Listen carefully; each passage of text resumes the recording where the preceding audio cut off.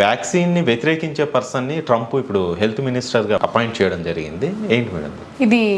Robert F Kennedy అని ఇంతకు ముందు పూర్వము కెనడీ ఉండే కదా అధ్యక్షుడు, వాళ్ళ అన్న కొడుకు అనమాట ఇతను. అయితే ఈయన ఎప్పటి నుంచో చాలా ఏళ్ళ నుంచి దీనిపైన ఉద్యమమే చేస్తున్నాడు. ఏవి వ్యాక్సిన్స్ అనేవి మంచివి కాదు. ఓకే, మన ఫర్టిలైజర్స్ వాడతారు చూడండి రైతులు, అంటే ఆర్గానిక్ ఫర్టిలైజర్స్ కాదు, ఇవి కెమికల్ ఫర్టిలైజర్స్ ఉంటాయి కదా, వీటికి అన్నిటికీ వ్యతిరేకమైన ప్రాసెస్డ్ ఫుడ్ కి వ్యతిరేకం. ఆయన చేసే ఉద్యమం సరైందే.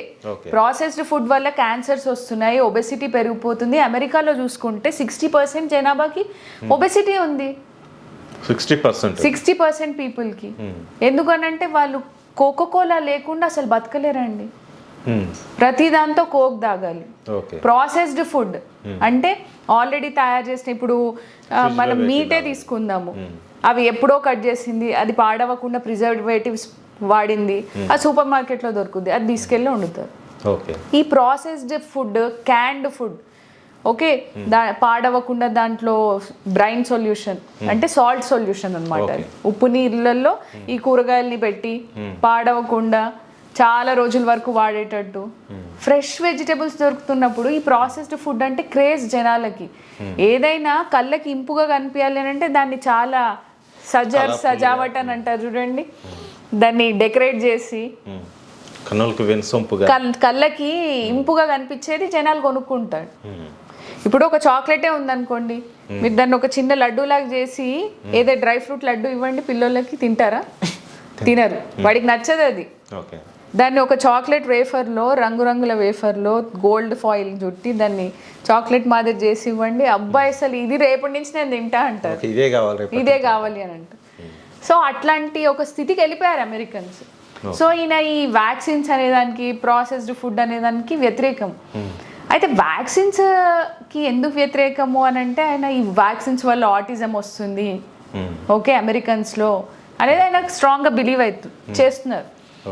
ఈ ఆటిజం అనేది usually most of the times జన్యులోపం వల్ల జరుగుతూ ఉంటుంది. లేట్ మ్యారేజెస్లో కిడ్స్ని చాలా లేట్ వయసులో కంటూ ఉంటారు చూడండి, వాళ్ళలో కూడా యూజువలీ డౌన్ సిండ్రోము, ఆటిజము చూస్తూ ఉంటాం.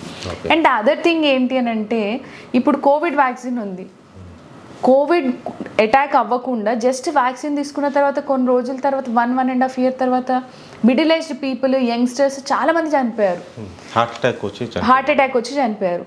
చాలా మంది ఇప్పుడు మనలో ఒక భావన ఏంటి ఉంది అంటే, ఈ కోవిడ్ వ్యాక్సిన్ తీసుకున్న తర్వాత చాలా మంది చనిపోయారు అనేది, ఇమ్యూనిటీ తగ్గిందని.